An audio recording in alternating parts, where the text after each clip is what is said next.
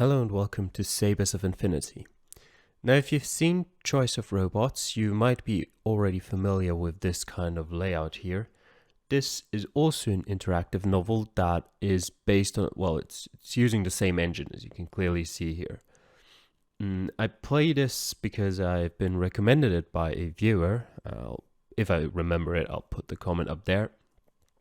But it's by a different person, and I've done a bit of background research on it, and it's apparently 100,000 words shorter than Choice of Robots.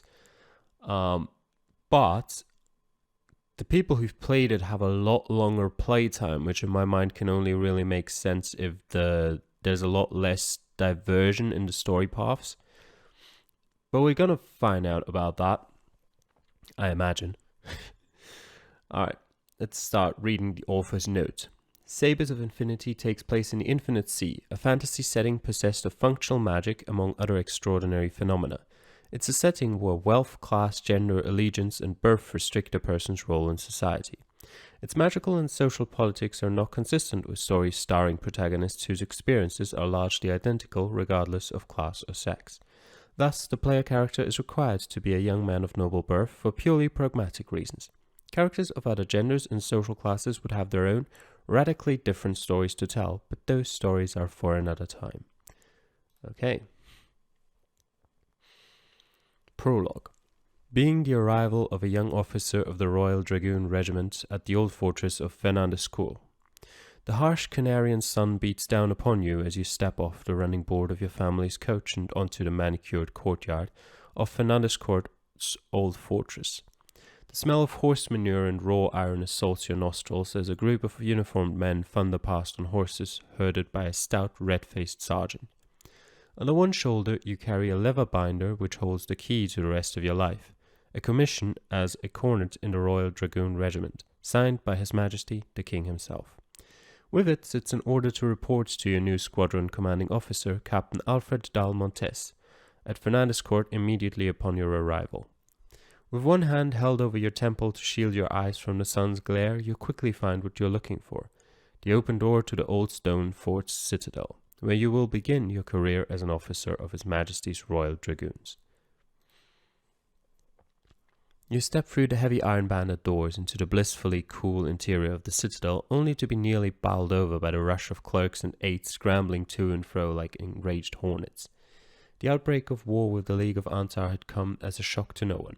Still smarting from previous slights, the great and powerful lords of the League Congress saw their opportunity for vengeance appear when the untested teenage Prince Miguel succeeded his father upon the griffin throne of Tierra. It had been a calculated diplomatic move, or so the men of stately affairs had said. The Antari had expected the new king to cave. They had not foreseen the young monarch's response as he mobilized his fleet and army with determined force. They certainly had not expected the king to land troops on the Antari mainland itself. Now, the entire country is abuzz as regiments like the Royal Dragoons ready themselves for battle, waiting to join the rest of the army across the Calydian Sea.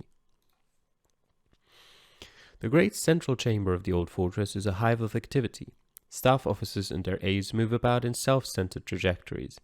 A team of clerks push counters and check notes written on the maps which sit atop the tables in the center of the room. On the wall above them, an oil portrait of the Duke of Cuneris, the regimental commander, peers down beneficently upon his flesh and blood subordinates. While it would probably be a good idea to report to your future commanding officer immediately, it might also do to take a look around and familiarize yourself with the fortress. Report in immediately. You should try to make a good impression. Observe the men training outside. Try to talk to some of the other junior officers and get some advice. I'm a man of observation. You climb up the stairs and find a balcony from which to observe the dragoons drilling in the courtyard. Despite their pretensions to being a full-blooded cavalry unit, you can see that the Royal Dragoons primarily train to fight on foot. Most of the men below are honing their marksmanship with short flintlock carbines, or drilling in formations that make them seem more like a team of huntsmen than one of the tightly packed, disciplined formations of the line infantry. However, the majority of the courtyard is reserved for the handful of dragoons or horse. You watch for a few minutes as they turn in tight circles around placed crates in near-perfect unison. hacking at melons stuck on stakes with their long, heavy sabres. After about half an hour of keen observation, you decide to report in to Captain Montes before your tardiness becomes especially egregious. Captain Montes's office smells of old leather and stale coffee. The man himself is a small, pinch-faced fellow. A pair of spectacles balance atop the bridge of his short, stubby nose. He looks up from the paperwork stacked on his polished oak desk with a look of acute annoyance. "You're late," he scowls. "You...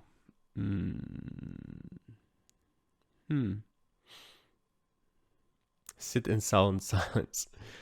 Apologize as profusely as I can. Sure. You try your best to offer as humble and sincere an apology as you can. Montes's lips harden into a thin, grim line. He doesn't seem to be buying it. "A competent attempt, but one that does not hide your inability to follow simple instructions. Let us hope you will learn to be as good an officer of the king as you are a sophist." You hand over your commission papers and orders. Montes scans over them quickly, his eyes darting back and forth behind his steel-rimmed spectacles. The captain picks up a waiting quill pen and signs the papers with a fluid hand, making your commission fully official. Dropping the documents in a drawer, he shuffles through another pile of papers atop his desk, pulling one out. "I'm afraid that we shall need to go through a few formalities first. For the record, you understand." Montes picks up the quill pen again, ready to write. "Given name?" I don't like any of those names. I like James. Easy. "Family name?" James Castleton." "Very well then. James Dahl Castleton. Shall we take a moment to clarify a few facts about your early life and origins?" "Apparently we shall." The unified kingdom of Tierra is nominally ruled by the 16-year-old King Miguel of House Rendauer. Advising him are his privy council, men of high birth and enormous power, namely the official heads of the army, fleet, civil service, and intendancy, or home office. Below them sit the Cortes, composed of the heads of the hundreds of noble houses that make up the bulk of the Tierran aristocracy. The Cortes provides the greatest check to the king's power, the ability to vote on a royal budget. While the king can give decrees without restraints, only the Cortes can vote him the money to carry them out. The members of these two bodies are the titled members of the Bane-blooded noble houses, like your own, each with unique positions in a complex feudal system of obligations and privileges. Through quirks of history and by the vagaries of fealty, Tierra itself is divided into several culturally distinct regions. Which of these regions is your family from? You had either the economic powerhouse, a land of iron mines and mills, storm-swept and desolate, home to tough tides and tough men, home to some of the best horsemen, and center of culture and education. I'll take Itoria. You were born in Itoria, the crown jewel of the unified kingdom, to a child raised in the saloons and coffee houses of the capitals, salons, not saloons. Wit and oratory come as easily as breathing.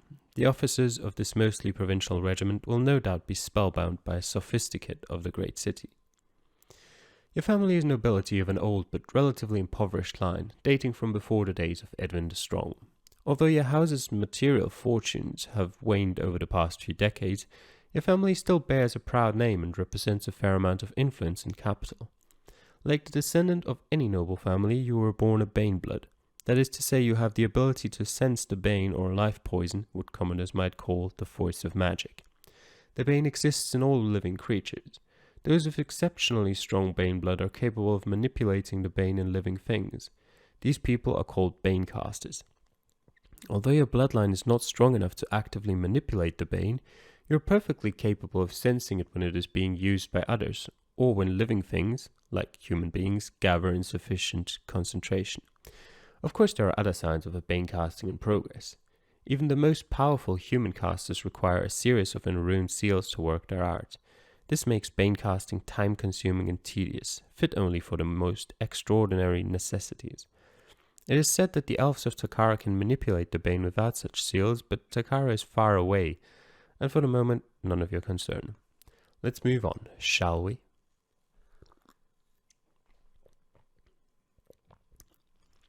Your house still owns a substantial estate, where you were born, educated, and raised in a state of some privilege. Perhaps you had always wanted to be a soldier. Perhaps the notion had not occurred to you until recently. Nonetheless, it was the recent news of the war with Antar that spurred you to action. At what age did you make your fateful decision to join the Dragoons? We'll just go with 18. That's certainly a good age for an officer's commission. With a comprehensive education under your belt and the best years of your adulthood still in front of you, you can look forward to a long and promising career. While your family may not have enthusiastically supported your decision to go to war, they understood the necessity of sending a son to fight for king and country. As a result, you left home with your family's grudging pride. In addition, they presented you with a parting gift. A Bane-cast sword, a custom-made uniform. Now we don't want to stand out in a crowd. A set of books on philosophy and the natural sciences, a letter of introduction to the colonel of the regiment. A letter of credit worth a substantial amount of money. Do we take the sword or the letter of credit? We'll take the sword. The exquisite saber your father gifted you had been in the family for 6 generations, a gift from one of the first kings of Tierra. Its flawless Calindrian steel blade is razor-sharp and diamond-hard, forged in flames made hotter than any mundane furnace by one of the finest bane wavers of the era. Armed with your gifts, you left home and bought your commission in the capital city of Etoria at Grenadier Square, the stately headquarters of the Royal Army. There, you learned that commissions from more prestigious regiments like the Grenadier Guards and the Wolf's Head Cuirassiers had been in such high demand that their prices had been inflated far beyond your meager monetary means. The best you could afford was a cornet's commission in the Royal Dragoons. It is hardly the most celebrated of regiments, but its rank and file are no band of thieves and thugs like the Line Infantry regiments either. Your new posting promises to be a respectable, if not an overly prestigious one. You finish recounting the story of your circumstances to Captain Montez. Satisfied, he hands the complete dossier over to you for your signature. You sign and push the folder back. Montez puts the packet of documents away and turns back to you. It is done, then. Welcome to the Royal Dragoons, Cornet Castleton. Your dormitory room is the third on the left. You shall be sharing it with 2 other cornets, Casarosta and Elson. They have been in training for a few weeks already, so learn what you can from them. Your equipment and uniform shall be sent up to your room. You will, of course, be allowed to keep any personal additions to kit as long as they conform to uniform regulations. Montez sits back in his chair with an air of finality. Your training begins tomorrow morning. Réveil is at 6 o'clock sharp. You are dismissed. Do they actually use réveil? Well, whatever, maybe. Progress saved. Should you die in the next chapter, you may return to this point in time. Be warned that this only applies to your current session. Quitting Sabres of Infinity will wipe all of your checkpoints. Okay. That sounds more like an I didn't really know how to do that rather than an okay, you're only supposed to be able to turn back to checkpoints in your current session.